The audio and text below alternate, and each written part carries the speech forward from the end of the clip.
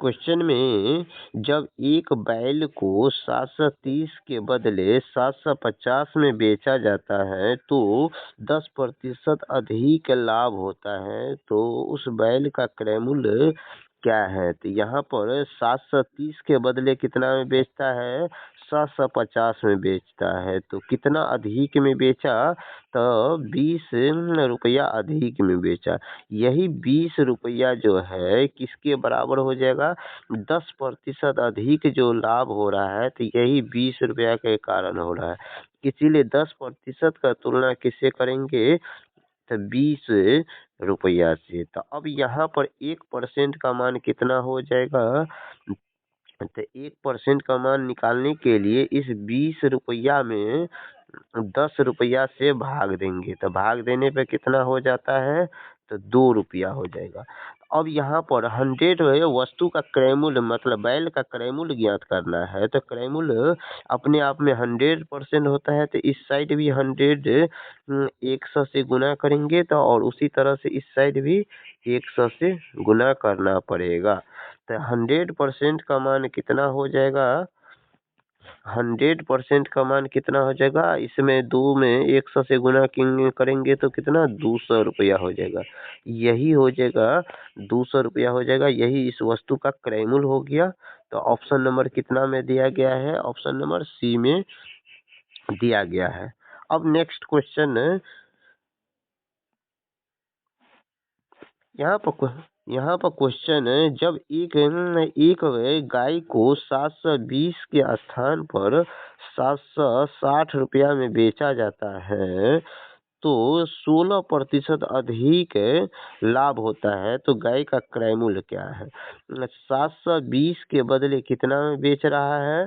760 रुपया में बेच रहा है। तो कितना अधिक में बेच रहा है? तो 40 रुपया अधिक में बेच रहा है। कितना अधिक में बेच रहा है? 40 रुपया अधिक में बेच रहा है। यही 40 रुपया अधिक के कारण 16% का लाभ हो रहा है। तो यहाँ पर क्वेश्चन 16% का तुलना किससे करेंगे?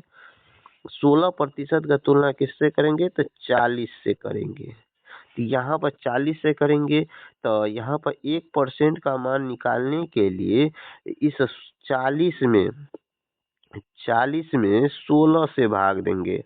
तो 16 से भाग देंगे तो कितना है? तो 8 दूनी 16, 8 पंचे 40। यहाँ पर कितना आएगा? 5/2 आ गया। अब यहाँ पर हमको क्रय मूल्य ज्ञात करना है। क्वेश्चन में क्या ज्ञात करना है?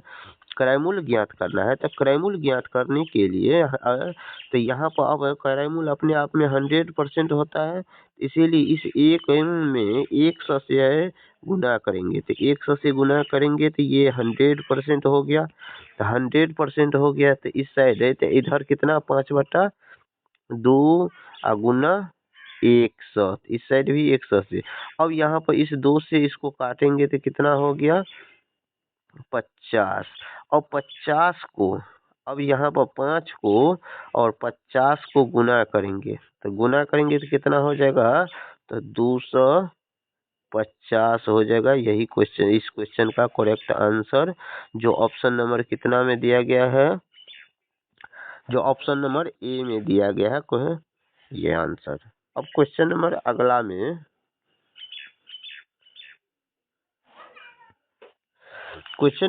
में किसी वस्तु को 450 के स्थान पर 500 में बेचने पर 10% का अधिक लाभ होता है। तो 450 के बदले 500 में बेचता है, तो कितना अधिक में बेचा? तो कितना अधिक में बेचा? तो 50 रुपया अधिक में बेचा। तो यही 50 रुपया अधिक के कारण इसको 10% लाभ हो रहा है। तो 10% लाभ हो रहा है, इसीलिए 10% का तुलना 50 1% का मान कितना हो जाएगा? यहाँ पर 1% का मान कितना हो जाएगा? यहाँ पर 1% का मान 1% का मान कितना हो जाएगा? इस 10 से 50 में भाग देंगे। तो 10 से 50 में भाग देंगे तो कितना हो जाएगा? 10 से इस 50 में भाग देंगे तो यहाँ पर 5 हो जाएगा। 5 होगा। अब यहाँ पर 100% ज्ञात करने के लिए क्या किया जाएगा, तो यहाँ पर 100% ज्ञात करने के लिए इस साइड भी 100 से गुना करेंगे, तो इस साइड भी हम 100 से गुना करेंगे। तो इधर 100 से गुना करते हैं तो ये 100% हो गया, और इस साइड गुना करेंगे तो ये कितना 500 हो गया, 500 रुपया। यही इस क्वेश्चन का करेक्ट आंसर है, जो ऑप्शन नंबर सी में दिया गया है। अब क्वेश्चन नंबर अगला में चलते हैं। क्वेश्चन नंबर अगला में क्या कहता है, एक कुर्सी को 400 के बजाय 350 में बेचने पर 5% अधिक हानि होता है। तो कुर्सी का क्रय मूल्य क्या है, तो 400 के बदले 350 में बेचता है, तो कितना कम में बेचा, तो 50 रुपया कम में बेचा। यही कम के कारण 5% का हानि हो रहा है। तो यही 5% का हानि हो रहा है, तो 5% का तुलना 50 से किए, तो 50 से किए तो 1% का मान कितना हो जाएगा, इस 5 से इस 50 में भाग देंगे तो कितना हो जाएगा, 10 हो जाएगा। तो अब 100% का मान ज्ञात करने के लिए क्या करना पड़ेगा, तो 100% ज्ञात का मान ज्ञात करने के लिए इस साइड भी 100 से गुना करेंगे, तो इस साइड भी 100 से गुना करेंगे। क्यों गुना किए, क्योंकि इसको 100% बनाने के लिए गुना करना पड़ा।